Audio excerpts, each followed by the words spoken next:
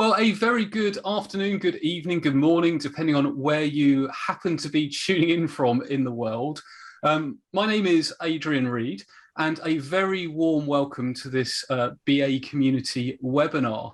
And gosh, what a really truly popular topic this is tonight. This is probably one of the most, if not the most popular topics that I've ever been involved with or have run. So as you will have seen from the abstract, we're going to be looking at the idea of the BA role in Agile Discovery. So you might be wondering what the BA's role is. You might be wondering what Agile Discovery is. You might be wondering whether there is a BA role in Discovery or what Discovery relates to BA. Whatever your questions are, we'll have the opportunity to talk about them today. Now, just before I get started, those of you that are sort of regulars on these webinars will know there is a Mural board link that I'll be popping in the chat a little bit later. I won't put that in just yet. I'll wait for a few more people to join, but do get thinking that you can, of course, contribute to the Mural board.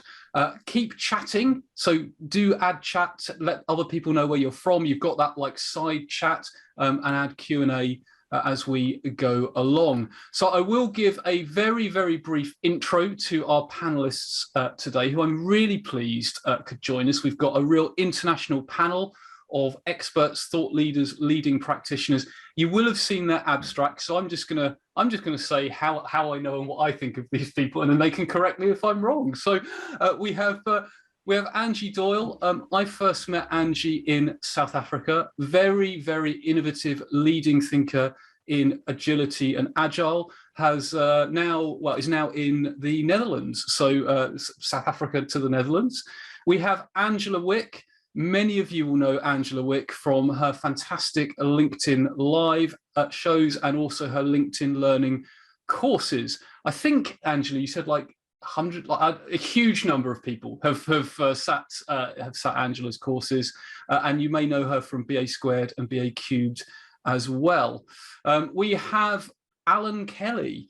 Allan, if you haven't read Allan's blog at allankelly.net, you absolutely need to. It's fantastic. Also written many, many books, a fantastic book about OKRs, which I recommend to everyone. And in fact, there'll be a chance to potentially win a copy of that. So keep tuned to the very end for that. And last but by no means least, we have Howard Podeswa. And Howard, again, a leading thinker, practitioner, author. In fact, I've got one of his books literally on my bookshelf, not quite in arm's reach, unfortunately, on business analysis and more recently, business analysis and agile. So welcome panel. Thank you very much for joining us. Just before we get started, I just want to let everyone who is on the call know that we do have a shared Mural board, and I will, in just a moment, I'll put the link in the chat. And the idea here is that we can collectively make some notes as we go along. So, for example, you might hear a really good point, and you can just double-click and add it, right? And right, so I shall just put that that URL in the chat. So you will be getting the Mural link in the chat there. Fantastic. Okay, so do add your notes onto that Mural board. So I'm going to, we have an hour, so I'm going to launch straight into our first topic. And remember, if you're tuned in live, you can ask questions in the Q&A as well. So my first question is, we hear the term Agile Discovery bandied about. My question is, what does it actually mean? And I'm going to pick on Angie to start with. So Angie, what do we mean by Agile Discovery? I think what you said, it's a term that's bandied around quite a lot. And I think there's a lot of different interpretations. I'm going to share my interpretation of what Agile Discovery means. So for me, it is not a phase. Okay, it's not something that you do at the beginning of an Agile project where you bed down your requirements and you write user stories and you kind of, go forth and be Agile after that. For me, it is, it's something that you do continuously, right? So it's something that you're doing all the time, not one and done right at the start. It's something that isn't just done by a handful of people like the BA or the product owner. It's something that actually involves the whole team. So again, you know, especially if you, when you, depending on who you speak to, people will say Agile Discovery is something product analysts do, business analysts do. But for me, it's a lot more useful when you actually bring in the entire team. So you bring in that delivery focus as well as a quality assurance focus. You're going to get a little bit of a better idea. But what are we talking about when we talk about Agile Discovery? Well, from my perspective, it's not about talking about solutions, right? So discovery is figuring out how do we actually find opportunities for the team to work on. And that's why it's so important for it to be a continuous process that the entire team does. So less of a solution focus, which is what BAs have typically done in the past, a little bit more focused on the opportunities that the team can actually start, you know, looking for. So how do we actually remove some of the things that are really frustrating for our customers? How do we give them, you know, give them some things that will actually make their worlds a little bit easier? So much more focused on opportunities to work on. Fantastic. So opportunity focus, not just a phase, constantly revisiting, which makes sense, of course, because with Agile, we're learning as we go along. So that opportunity might be an idea to start with, but then we do an experiment, we get closer, we get feedback, we pivot. Anyone else want to jump in and add a perspective to that? Sure, I could throw in. I'll add on to it. Yeah. Do you want to go first? All right. I'd add into to what Angie's saying. I love it when she says it's not a phase. And I feel like I'm working with this all the time with all the folks I'm working with and trying to hone in on what this means. Because so many BAs from how we've all grown up and been trained, it's all about the requirements elicitation phase or analysis phase, or you can't start development until there's approval. And where my discussions are going these days on this is it's not a phase, it's a synchronized effort with the team. It's kind of just one more way of, I think, saying the same thing, Angie, right? It's like, it's a synchronized effort. And we can do it all at the same time. And leaders just want development started fast, right? Nobody wants to wait for requirements. And so for the BAs on the line, we really have to embrace this idea that we cannot be successful making people wait until we're done with requirements. We have to be able to do the discovery in synchronization with development. Howard. I'm trying to be brief there. You know, I would say in short, what is it? It's what discovery, I mean, the goal of Agile Discovery is the goal of discovery, what it has always been. You know, it's all about, you know, examining a business or part of it, you know, the usual stuff about determining what needs to change and so on. But what makes it different, I think, in terms of the goal is the context. It's in a business context that places a really high premium on adaptability, on nimbleness, on continuous innovation throughout the process, and on continuous value delivery. And so that's a different context, let's say, than traditional waterfall analysis and traditional waterfall requirements gathering. So because of that context, many things flow through, which are what many of us have, or we've now been talking about. You know, the focus is so much more on maximizing the value of the work that the team performs at all times throughout that process, throughout product development. That's very different from waterfall, which doesn't really worry about that timing. So it's about finding where the maximum value lies and what's the thing that people should be working on next. Yeah. It relies very much on an experimental approach, which is, again, different from traditional analysis, because it's actually finding out what the requirements are as you go. Because in many cases, you're working in a product that's an emergent product where the requirements themselves are going to emerge through the process. You know, and again, as we've said before, already been said, it's an incremental process and all those things. And so important also to keep in mind that it's, I mean, that flows out of these other issues. It's not a case where we're freezing the requirements at the beginning and then that's locked up and we never expect them to change. It's actually a process that evolves throughout. It's a discovery process that we discover what the requirements are and where the value lies as people actually begin using the product. Yeah. That sort of continuous and that synchronization as well as sort of as Angela was discussing. Mm-hmm. So, Allan, anything to add? Yeah. I mean, you've always got something to add, Allan. That's why. I agree with everything's been said. if you want a really short answer, discovery is the replacement for requirements. It's more than just swapping one word for another, because as we've been saying, conceptually, requirements comes first, doesn't it? And what we're saying here is this spreads out. And so I'm going to point your attention to after you've delivered it, when you've finished, when the tester has cleared it, when it's on a live server, when customers are using it. And that's the point where I think the BA skill set can be really, really useful, because you've delivered something. Not, you want to go beyond, does it crash if you hit return 50 times? You want to go beyond, does it kind of do what you set out to do? You want to say, does it actually deliver value? Does it deliver the value we expected it to do? If it doesn't, is that because we were wrong all along, or did we miss something? And if it delivers more value than we thought, then why? Let's pick it up, Fred. Traditionally, we used to want to try and have everything up front, and it was a bit of a black mark if what you delivered didn't realize that value.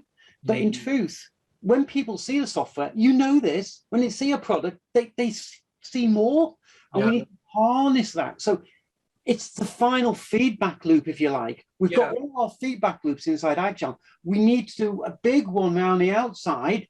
Now it's in the customer's hands. What are we learning?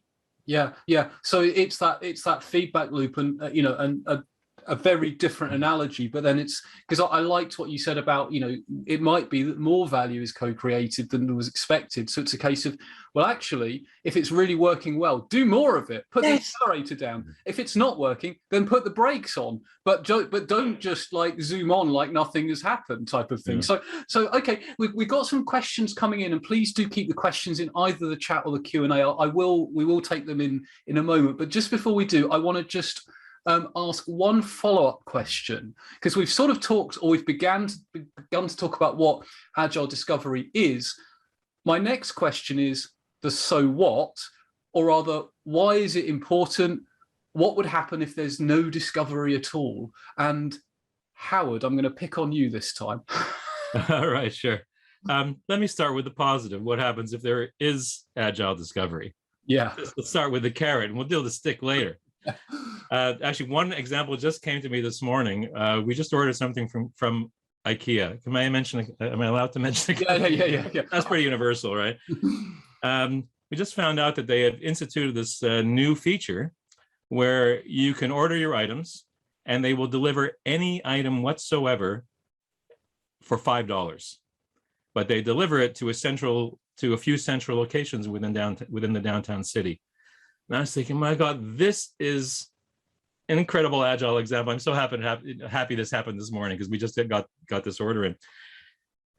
It means that they found a cheap solution that was, it's a win-win for everybody. For most people, this feature is good enough, right? If I can get stuff, I don't have to go out to that warehouse, and I can just drive my car nearby. That's good enough. At $5, it's actually better than getting it to my house when I look at everything together. And for IKEA, it's amazing because they get to throw a whole pile of things into one big truck and just deliver it to one place. It's a win-win-win everywhere. This is a case of really maximizing the value that you can deliver with the minimum amount of effort. And that's the beauty. I've seen so many examples like that I could bring up. The example I use in my book is based around UBI, usage-based insurance. When the company that I was working with on this, was developing it, they had no idea whether or not this was going to be popular amongst their people, amongst their customers.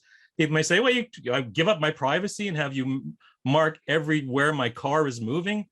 And I changed it to life insurance in the book, but similar idea. Mark, you want to track all my behaviors? I don't want that. So it doesn't make any sense to gather all your requirements up front when the product itself may not even be useful. Or if it is, many of the features may not be useful. You don't really know yet. So what they did instead was did a minimal test to start testing out the assumptions about the market. They actually offered the product before it was even available, before it was developed. They offered incentives to test whether or not they could overcome resistance. And once that starts to look good, then you go ahead and double down. I've seen another case with ferry management, managing incidents for a provincial ferry here in Canada. Through an Agile requirements, discovery process, they realized that about 80% of the cost of the proposal, and this is for when you're actually going to buy, a off the shelf. It even applies here. 80% of these incidents were unimportant to them. They were actually very important as incidents, but they were the most hardest to do because you needed to contact external agencies, but they didn't take up much time from the service agents at the other end. They were worried about the mundane stuff that took up 80% of their time. It turned out that was really easy to do. So this is the beauty of doing it properly. If I would say overall, what are the benefits? You get the team spending time on the things that matter the most. I think that's, illustrations of that. It's not that you're squeezing more work out of your team by making the work so much harder. It's that the team is working more efficiently because they're focused on where they're going to get the biggest outcome delivered to the customer. At the same time, there's so many other benefits, the quick wins that we've seen here. The elimination of unnecessary errors and delays. When you've got discovery happening beforehand, that means that if you've got, let's say, a group of teams working on the same problem, but different, perspectives on that problem, they're all working from the same set of business rules.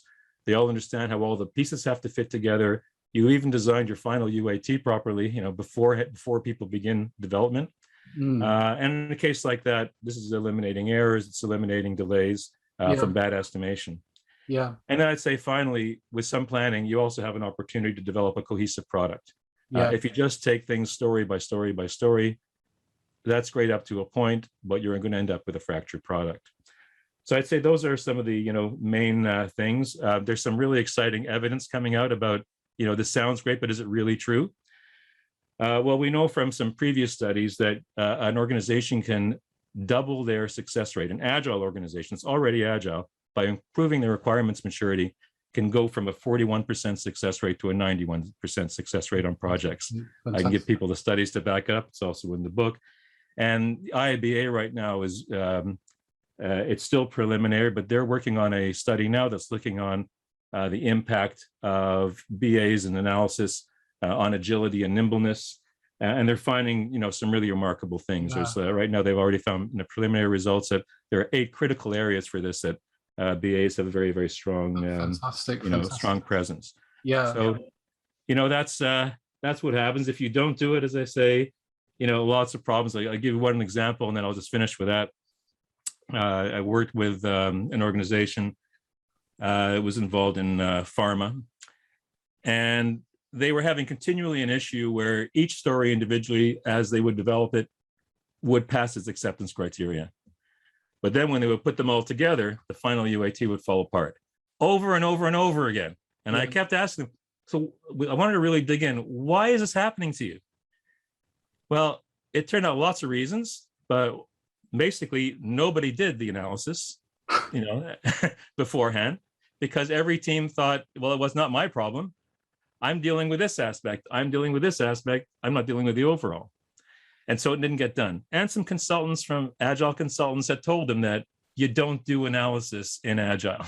And so they've been running around with this mistaken idea that it's not possible. And those sorts of misconceptions, I think, have plagued the community for a while. And we've hopefully beginning or continuing to combat them. But no, thanks, Howard. I mean, that's painted a really, really compelling picture of why Agile Discovery is so relevant and necessary. So I'm gonna move over to some questions, because we've got questions streaming in, and do if you're live, keep the questions ideally through the Q&A or through the chat. So I'll take the first question from our Q&A, which is, in our business, we tend to get a headline to work from at a very high level, e.g., I need a new product. We've all had that one. How would you approach something of that size / lack of detail, where you need to sort at least epics and features out first in Agile Discovery? And this person has said they work in financial services. That is submitted anonymously. As a reminder, you can submit questions anonymously if you don't want me to, if you'd prefer to be anonymous. So who would like to take that one? You get the, you know, the typical exec that says, oh, you know, I've got an idea. I want to go ahead. I want to say, celebrate this, embrace this. This is what you want. You have a headline to work to. You have autonomy. You have empowerment. Your job is to seek out and find out what is behind that headline. Talk to people asking it. Talk to the customers. Embrace it. Celebrate. Embrace it. Fantastic. So Angela, you had your hand up too. Yeah, I mean, I agree with Allan. Embrace it, and then also, and again, we do this in synchronization with development. But I'll be really straight up with business leaders with any headline I'm given. We can start development as long as we know what problem we're trying to solve. So I take a headline like upgrade to this version of a product. Okay, what problem are we trying to solve? And then we can start. Fantastic. It's not the requirements have to be done, but I need to empower the team with a problem to solve, not an upgrade to perform. Yeah. What problem are we trying to solve with this? Focus, and this comes back to that old mantra of outcomes and benefits over solutions and products. So love it. And Allan, isn't that your baby?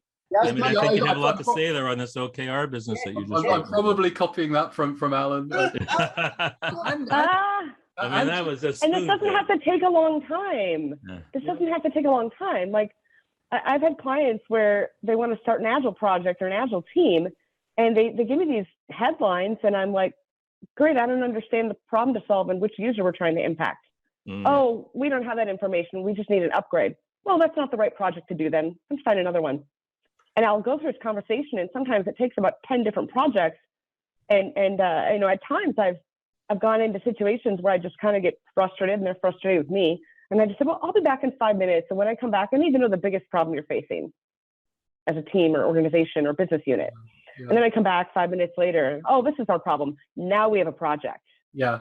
And they're confused. They're like, but now we have a project. Let's go. We can start tomorrow. Development can start tomorrow. You start to understand the real business, need. So another question that we have, again, from an anonymous question. Are they really that embarrassing? No, I think it's probably because it's a real issue happening in their organization and they don't want to get, they don't want to be anonymous. So they say, is there a way to approach the fundamental building blocks? For example, I need an end-to-end journey, working out what you're trying to achieve before you launch into development. So, I mean, Angie, I wonder whether you've got a view on, because I know we've talked quite rightly about being in sync, and it's not about a big thing up front. But is there something about having some fundamental building blocks up front? What do you think, Angie? So I think there's a lot of tools you can use to at least get an understanding of the landscape that you're working with. So at the beginning, I spoke about the opportunities, right? So we don't just want to jump straight into a solution. Using something like an opportunity map, right? So if you follow the continuous discovery habits and you kind of build an opportunity map around what are the pains that your customers are experiencing, get an end-to-end view and kind of work with it from there. I always default back to at least just get an idea of what I'm working with. Is something like user story mapping. You get, especially if you've got some strong, and I'm going to call them product analysts. In my mind, it's business analysis isn't restricted to one person, right? There's going to be a lot of people that have different domains that they're going to bring to the table as well. Understand what the user experience is, and then start digging down a little bit more into something like user story mapping, where you can at least just get an understanding of what are people experiencing, what are things that we could actually start building. And it gives you a really good map of the problem in a way that at least you can then start figuring out where do I drill in.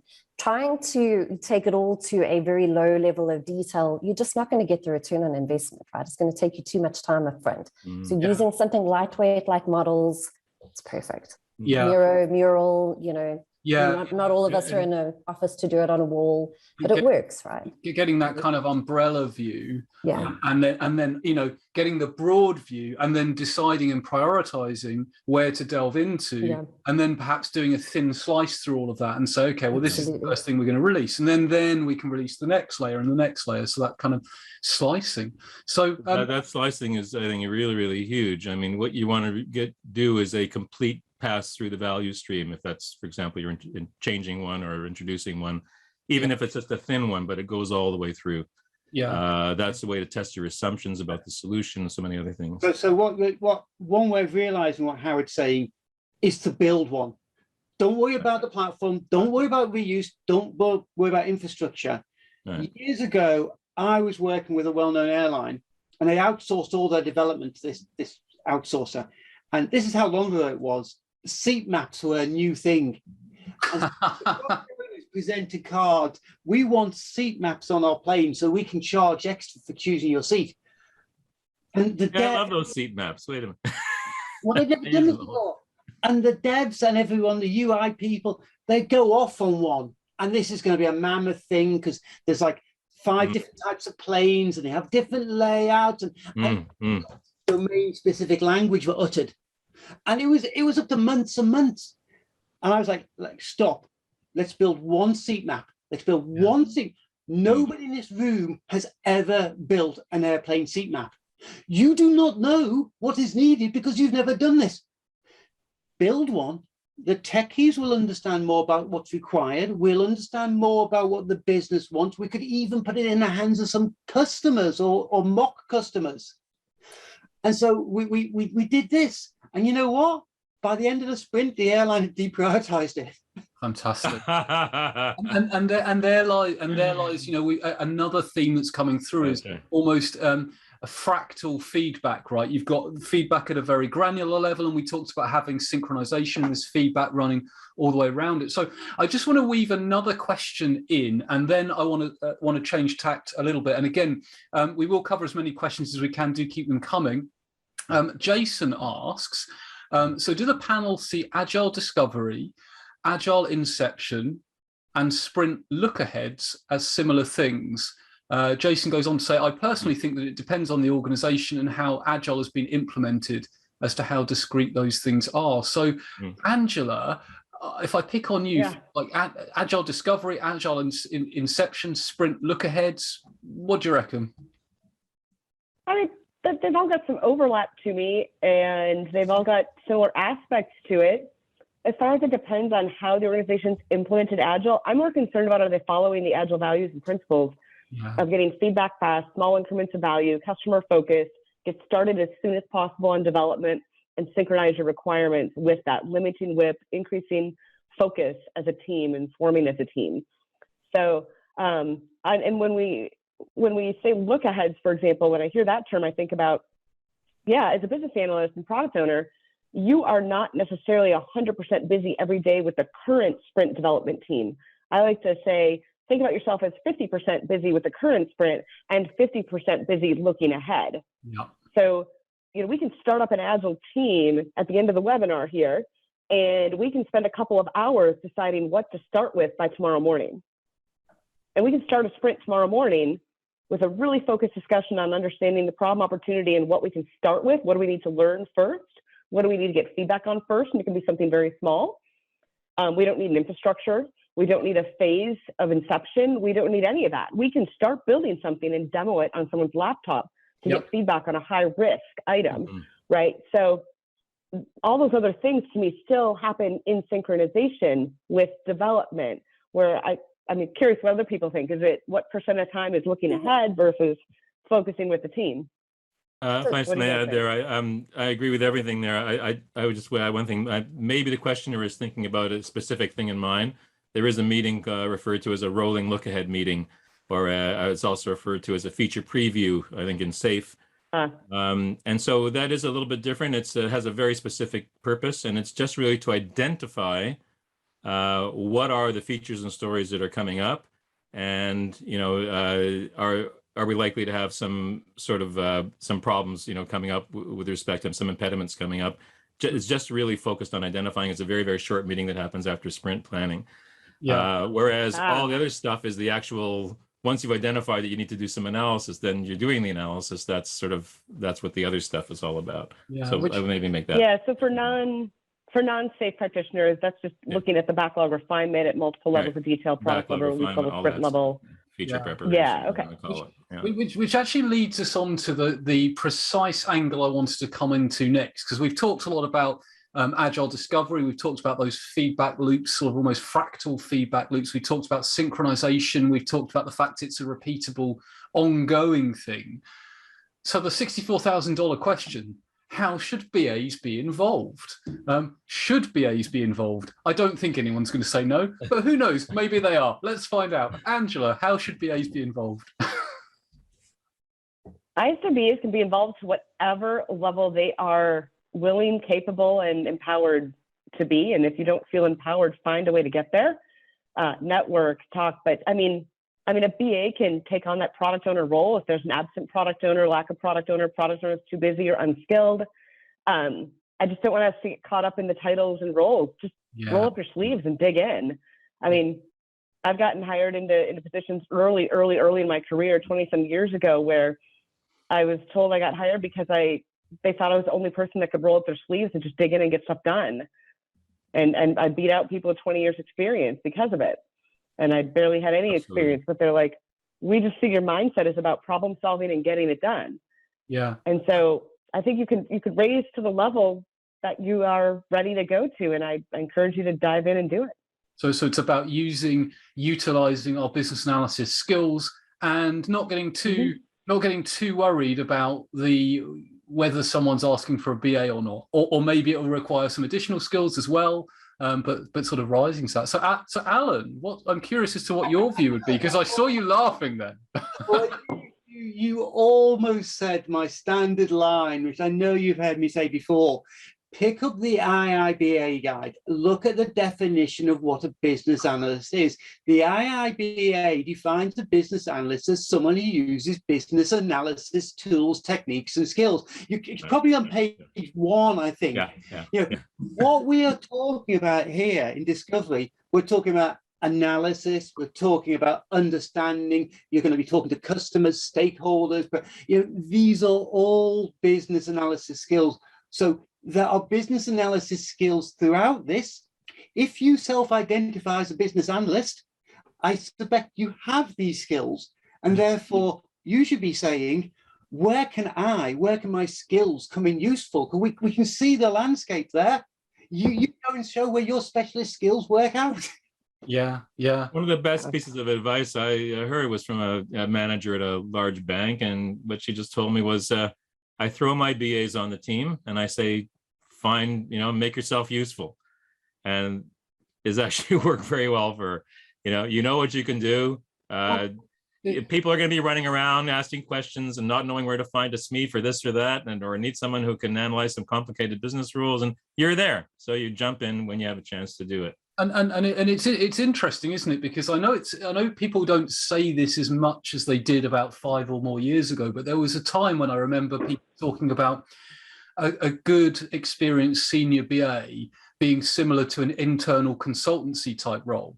And the thing about a consultancy type role is, because the title is consultant, you're actually not chained to a specific, you can sort of have a bit of creep, if you want to, if that's the type of thing you're into. So maybe there's something about that internal consultancy and understanding the problem the organization is there to solve, and and finding a way of helping it. So I just want to move on to a question. I'm going to throw this question out to whoever wants it, because I'm not sure who's best positioned for this one.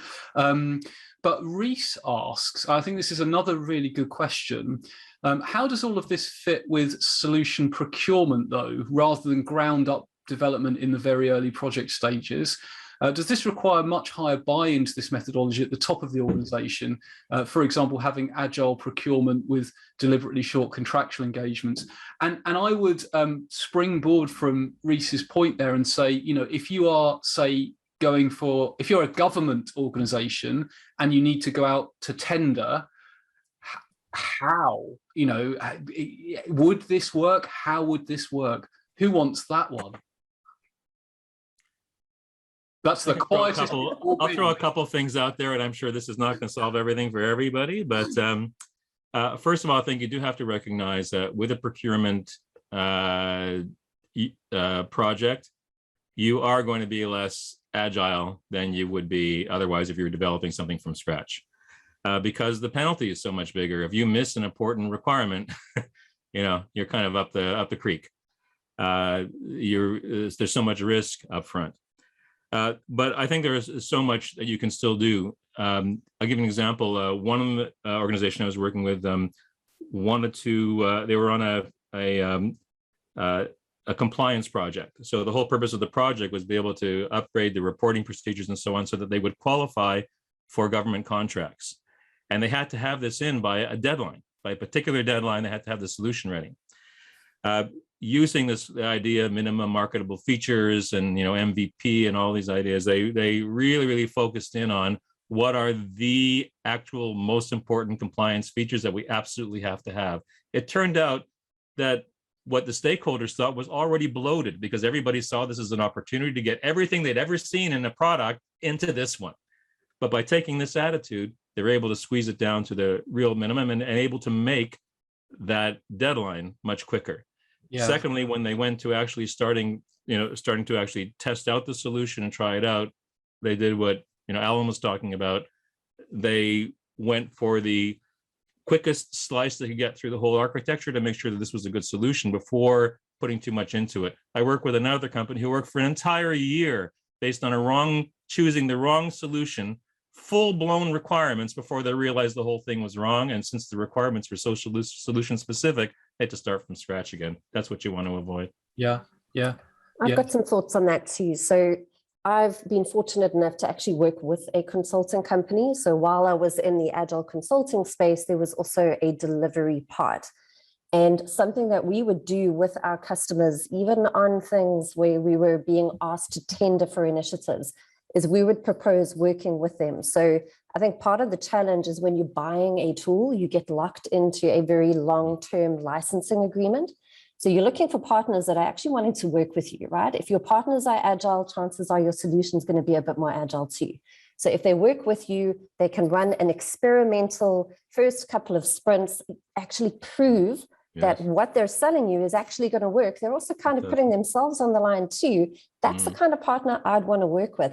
Unfortunately, procurement doesn't always think in an agile way, right? So very often they're looking at who's the cheapest, let's go with that one.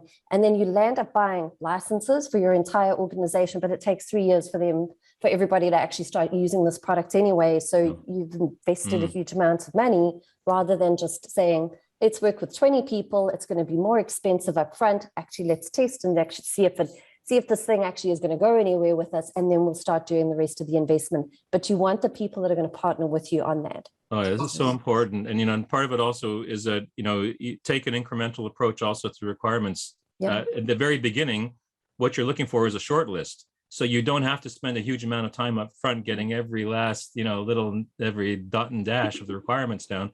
Just have enough so that you can shortlist a bunch of people. Once you've got the shortlist down, then we go into what Angie's talking about, work with a few individuals to let them demonstrate. And it's interesting as well, isn't it? Because if something's crucial, so I was thinking about, and this is a very different context, but one of the things I was thinking about is that many governments, when medical companies were researching COVID vaccines, would actually bet on two, right? Because actually, if you might shortlist it down to two, and it might be there might be some situations where the best thing to do is actually get a proof of concept of both of them, a cheap, quick experiment on both of them, and see what happens. But I absolutely, I think Angie, your point about procurement don't always work that way is a very real world that probably many of us live in. So great. I want to. Sorry, Angela. Yeah, just something to add into the contract thing. One thing that's always worked for a lot of teams that I've worked on is make sure you have a sandbox, prototyping, testing, demo environment. That's the one thing a BA can do no matter what the contracting process is, advocate hard for that. So, and then what I would do, maybe I'm a little bit of a rebel, but as a lead BA, I would get ahead of the value pieces, do my analysis, and I would realize where some of the poor assumptions were. about the data and the data terms and the flow and what the business thought this package software would do. And I would just start figuring out how to demo that in a test environment. And then I'd start bringing the issues up earlier. So it's like I had an agile mindset within a waterfall and a waterfall procurement environment where I just kept listening intently to what the issues and the biggest problems we're trying to solve are. And I'd start moving those configuration and requirements into the test environment as fast as possible. And even though it might not have been visible on the project plan, I would start doing those tests. And if it wasn't coming out the way I thought, I would start kind of socializing it with the project manager and then the technical architect. I'm like, hey, this isn't how we think it's going to work. We got to get ahead of this. So planting that seed of doubt. So I mean, I'm going to move on just because I'm keen for us to cover as many of these points as we can. I know these are all contentious points, but I've got a nice contentious one. We could spend a whole panel on any one of these questions. Yeah. But I've got now this next scenario, I'm sure none of you will have seen this happen in the real world. It's so fictional. You will definitely have never seen this happen. The question is, what if an organization is doing agile in name only? There's no proper discovery, and frankly, it's just a Jira or whatever, other things are available, a Jira ticket factory. What can an individual BA do then? Who would like that one? What's your resume? So, say again, Alan? Your resume? Yeah, as an individual, it's particularly if you're far down the food chain, I hate to say it, but there's probably nothing you can do. You can try raising some red flags, and it's probably your duty to raise some red flags to get shot than you are to pull it up. You can start to build a coalition, start to find out who else thinks this way, and maybe you can start to get a case for change. The other thing is to bide your time, because sooner or later that's going to end in failure, and sooner or later people are going to want to change.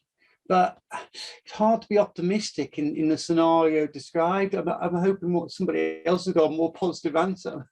Can I throw in a thought, Adrian? It's just a couple of small tools. We'll go to Howard quickly, then Angela. Okay, so some practical little tools. This happened to me not too long ago when I talked about that case about where they believe you don't do analysis in Agile. I was able to convince them with a couple of little tricks up my sleeve. I taught them about spikes. So a spike is a type of a story that specifically, if it's a functional one, so it's about analysis. Suddenly, when they realized there was a mechanism where it was legal to do it in Agile, they go, oh, I've heard about spikes, but I didn't know what it was. They were starting to do it. Okay, it's legal. I'm going to do it.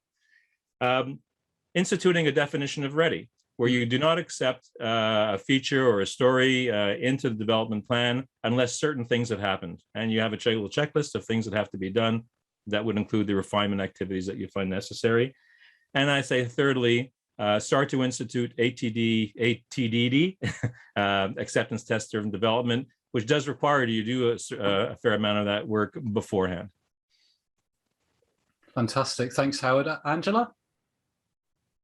Yeah, I think if you're stuck in that Jira Ticket Factory line of thought with somebody or a team, start looking at the backlog as a holistic whole and start finding where, hey, these 10 of 100 backlog items are actually the same issue and problem. So you can start showing value by just thinking, I am not going to work in a ticket factory. I'm going to look ahead at the backlog, analyze it for value, and I'm going to show how I can make the backlog smaller and do 10 tickets at once because it's the same issue reported 10 different times. So really making sure you're looking at it more holistically and from a customer perspective. That kind of holistic view. And Angie, anything to... I really do want to just add one thing to this. So one thing that I've found, we kind of call it agile theater, right? The company's doing everything in name, but nothing in the back is actually real, right? Nothing about it is agile. If you are committed and interested in driving agility within your organization, ask to run an experiment, right? Say, this isn't working the way that this is. Let's try it in a different way. I'm not talking about an agile transformation that's going to cost millions. I just want to try something different with my team. Can we do it this way? Can you give me 3 to 6 months to just run this experiment? And if it fails, well, that's a great indicator that maybe this isn't a good fit or not a great way of working within our organization. But if it succeeds and we've got some really great metrics, well, then we can have a proper argument, right? I mean, there's that saying, if we're working with, data, let's use data. But if we're working with opinions, let's go with mine. We need to go with data, right? Show people data and say this worked or it didn't work. And then maybe you can actually start motivating for a change. Up until that point, you've just got an opinion that it's going to work. You need to get a fact. Yeah, great. I support Agile in name only. I always like to be controversial, so let me support Agile in name only. Let me support having a stand-up meeting and a Jira installation and doing nothing else. Okay, so for some organizations, that is an improvement. For some organizations, it is such a mess beforehand that simply doing a stand-up meeting in the morning is an improvement. The problem sometimes happens when your Agile works is that you lose the motivation for continual improvement, and you do a little bit of it and it gets better and the pain goes away. So actually when things aren't working and you've got failure, it's a great motivator to change. And remember that some people don't go further because they don't know. Part of your job is to educate people and also to let them see how it could be better. So try and inspire them, try and show them examples, try and take them places. Open their eyes to this could be so much better. Which and again, demos, a great way for that. That dovetails with Angie's point there about sort of showing them the data. Howard, briefly. Oh no, just to Alan's point, sprint demos are a great opportunity for that. So, if you've got a team that's been doing it, let's say they're one of the first teams doing Agile or doing it in a particular way, and things are going well, there's nothing like showing off, at the time of your sprint demo what you're doing anyway, and invite other teams in and start spreading the word. Yeah, I am now, I'm going to have a meme made up with a picture of Alan Kelly, and it's going to say, I support Agile in name only. And I'm going to put that over every single social media platform because I'm recording now. So I think we should say as a caveat that if they are using sprints and doing this other stuff and stories, but they're freezing all the requirements up front, they're not allowing for change after the fact. They've got bloated requements. They're really not nimble. They're not really adaptable the way they are. Okay. So I'm going to now. We're going to do some quick fire questions. So we're going to cover as many as we can. I'm just going to put them to a random person, and I'm going to ask you just for an initial gut feeling in like 30 seconds.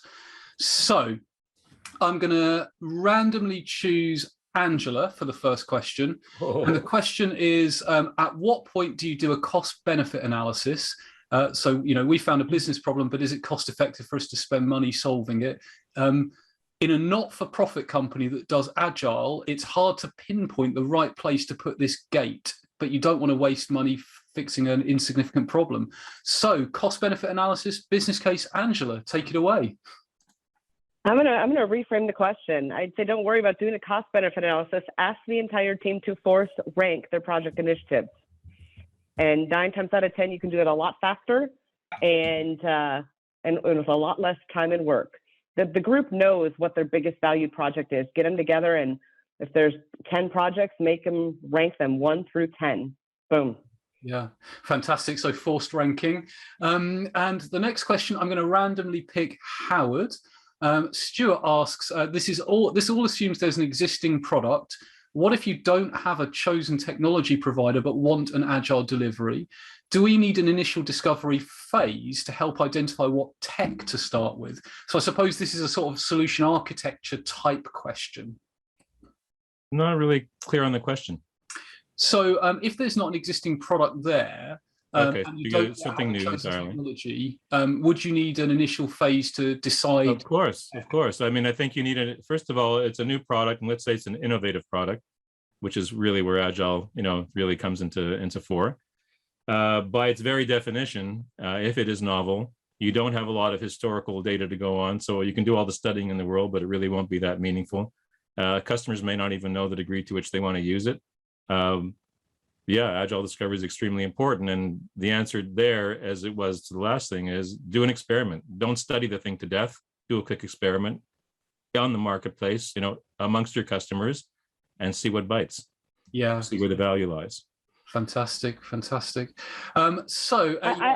Sorry, Adrian, go on. I actually want to throw something out there because I don't know if I'm misunderstanding Howard or if I'm in violent disagreement, but I actually still don't think you need a phase. I still don't think we need a phase for discovery. I think it still can happen continuously in synchronized in that situation. I think we only need to know what's the highest risk, most valuable item we need to start on. I don't need to know what technology I'm going to use to start clarifying my assumptions and ambiguities. Yeah, but I think you need to know what's your vision for the product. What are you trying to achieve? If you have an idea for and then yes, it's incremental. Once you start to get towards solution and you want to test some assumptions about it, test that as well.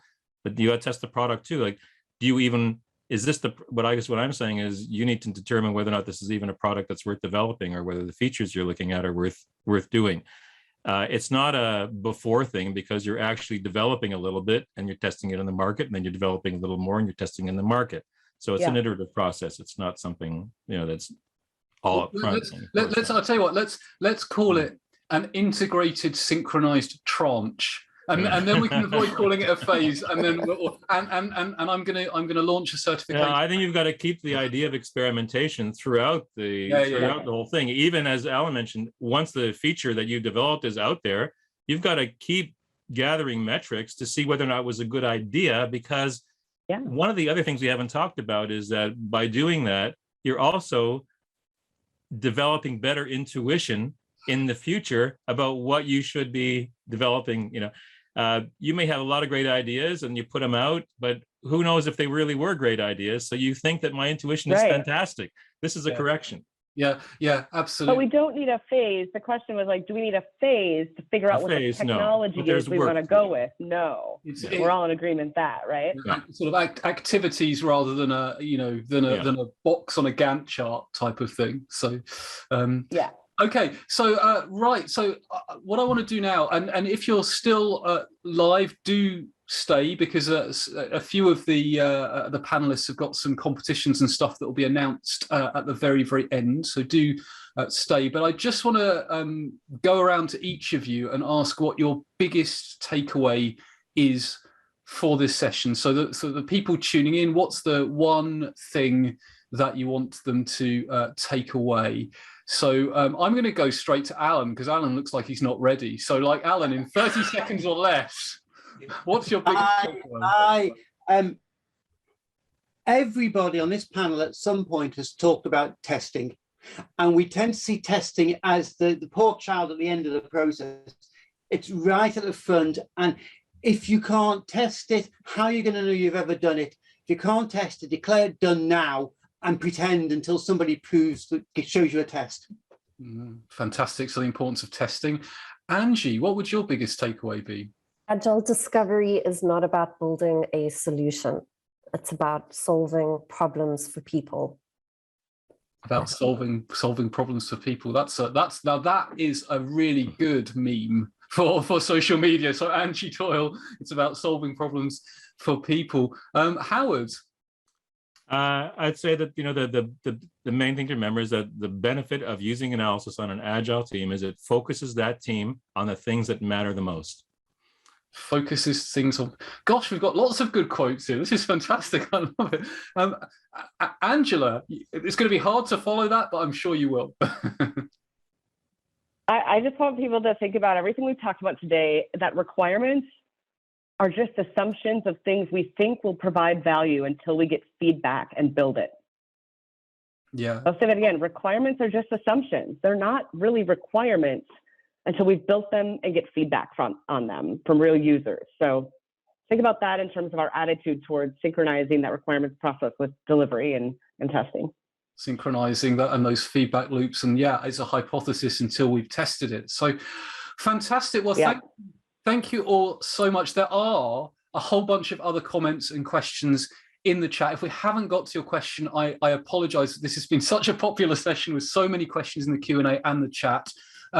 Now, I am absolutely certain that people will want to stay in touch with all of you as panelists. They'll want to connect with you on LinkedIn. I will be sending an email out after this session with a link to all of your LinkedIn profiles and so on. So if you're registered and opted in, you'll get that.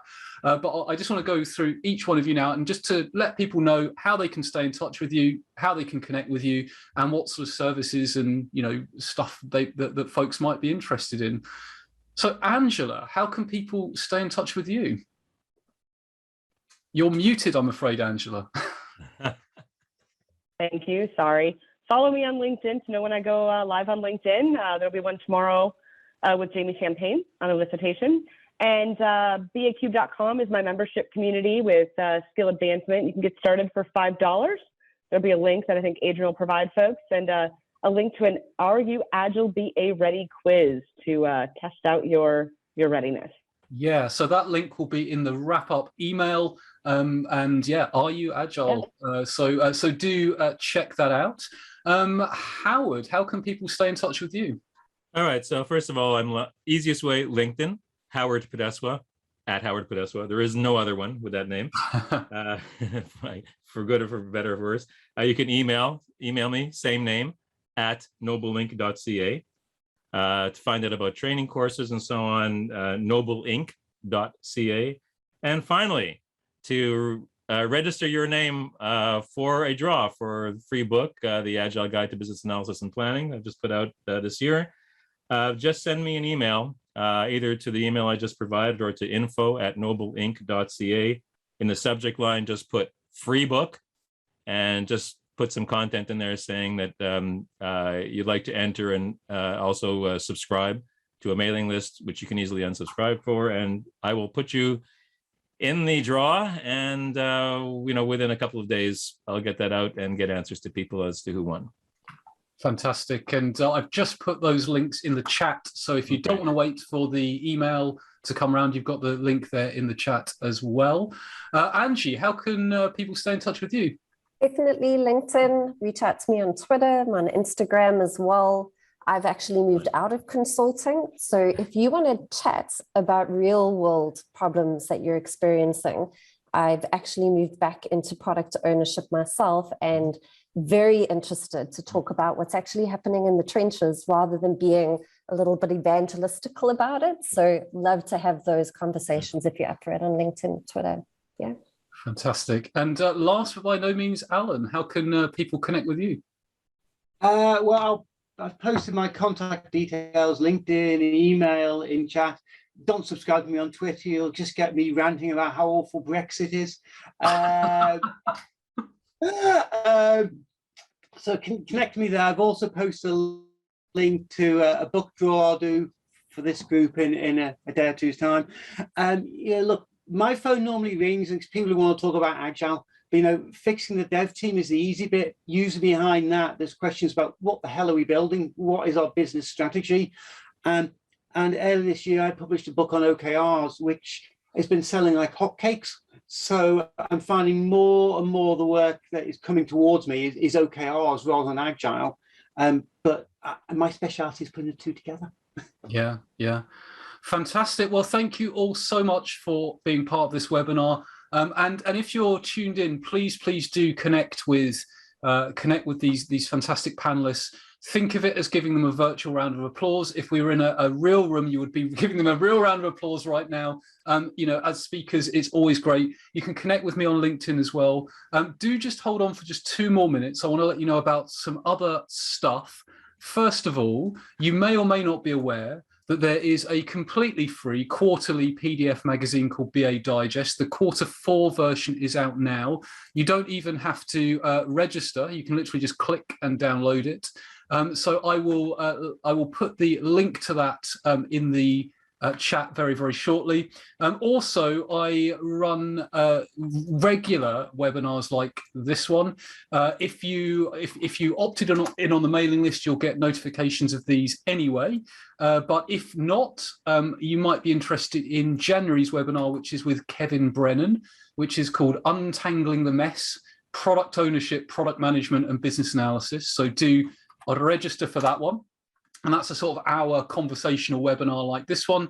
If you want something a little bit shorter, a bit more of an espresso type session. I'm doing a LinkedIn live show on the 20th of December at noon UK time, just a 15 or 20-minute session where we're going to be talking about business analysis and copywriting of all things. And there are apparently some similarities between those. You'll find more about those on that link there as well. But all that's left for me to say is thank you very much again to our panel. I really appreciate you taking time out of your busy schedules to be here today. Massive thank you to everyone who has tuned in live or indeed has watched the recording. So stay safe, everyone, and look forward to seeing you at some point soon. So bye for now. Take care. Thanks again.